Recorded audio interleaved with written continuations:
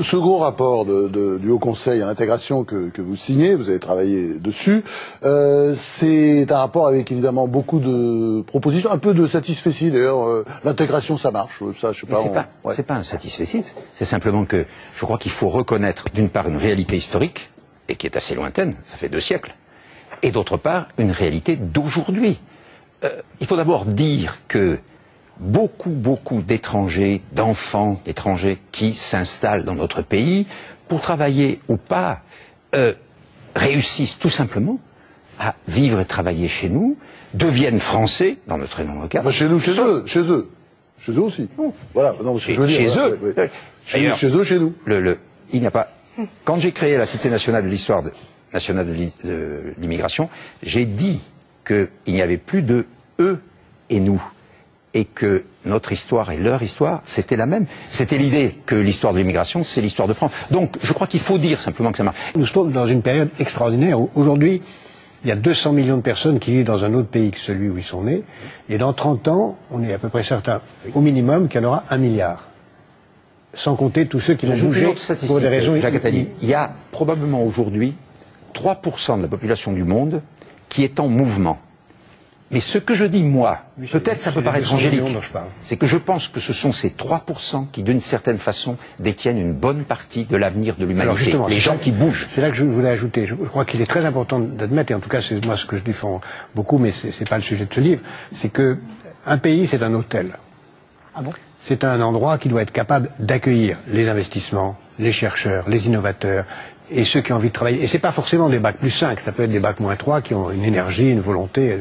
Et donc, tous les grands pays aujourd'hui, sauf le Japon et la Corée qui sont des cas particuliers, intéressants, qui vraiment refusent les étrangers. Tous les autres envoient des gens partout à travers le monde pour faire venir les talents. Et quand on dit, en France, où certains disent, il y a trop d'étrangers, les Français ne se sentent plus chez eux, on donne un signal épouvantable à tous ceux qui ont envie de venir apporter leur talent. Il n'y a pas de catégorie de Français. Mais il n'y a pas de peuple. Il y a des Français tout court. Il n'y a pas des Français qui étaient Français et des Français qui sont devenus Français.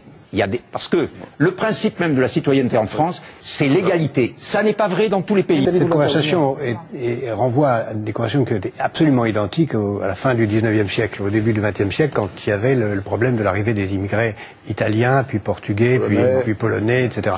On avait exactement la même conception. On peut pas les intégrer.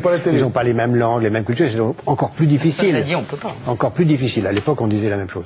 Moi, je renvoie simplement à quelque chose qu'il faut bien penser. C'est que ces conversations peuvent paraître locales, provinciales, anecdotiques, particulières à la France, sont extrêmement sérieuses parce que nous sommes à la veille d'une période où soit on va accepter l'unité du monde, sa grandeur, sa formidable capacité de croître, avec chacun sa diversité, son identité, ce qu'il apporte au monde. Ou alors, on va faire comme à la fin du 19e siècle, au début du 20e siècle, on va se refermer dans les idées d'identité nationale, et ce qu'on croit être des petits problèmes sans importance, en 1910, personne ne voyait arriver Mussolini, Hitler et le communisme. Pourtant, ils étaient là, derrière la porte, tapis derrière les petits débats sur l'intégration des immigrations. Donc il faut garder ça présent à l'esprit. Si on n'a pas le cœur de s'ouvrir au monde, on va se fermer beaucoup plus que ces petites conversations ne laissent entendre.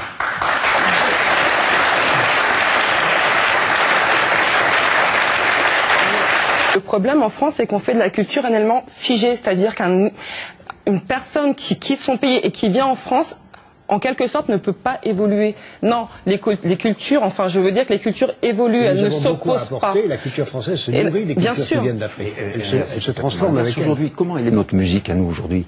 Elle est en grande partie africaine. Notre danse, elle est en grande partie africaine. Tout oui, mais au contraire, on est dans des... Oui, là, on va un peu dans le folklore. Dites à Youssou N'Dour que c'est du folklore. Monsieur Thomas, je voudrais que vous n'oubliez pas, et je suis sûr que vous ne l'oubliez pas, que la façon dont nous parlons des autres en France, il ne faudrait pas que ce soit la façon dont les autres parlent de nous à l'étranger. Or, nous avons peut-être 2, peut-être 3 millions de Français à l'étranger.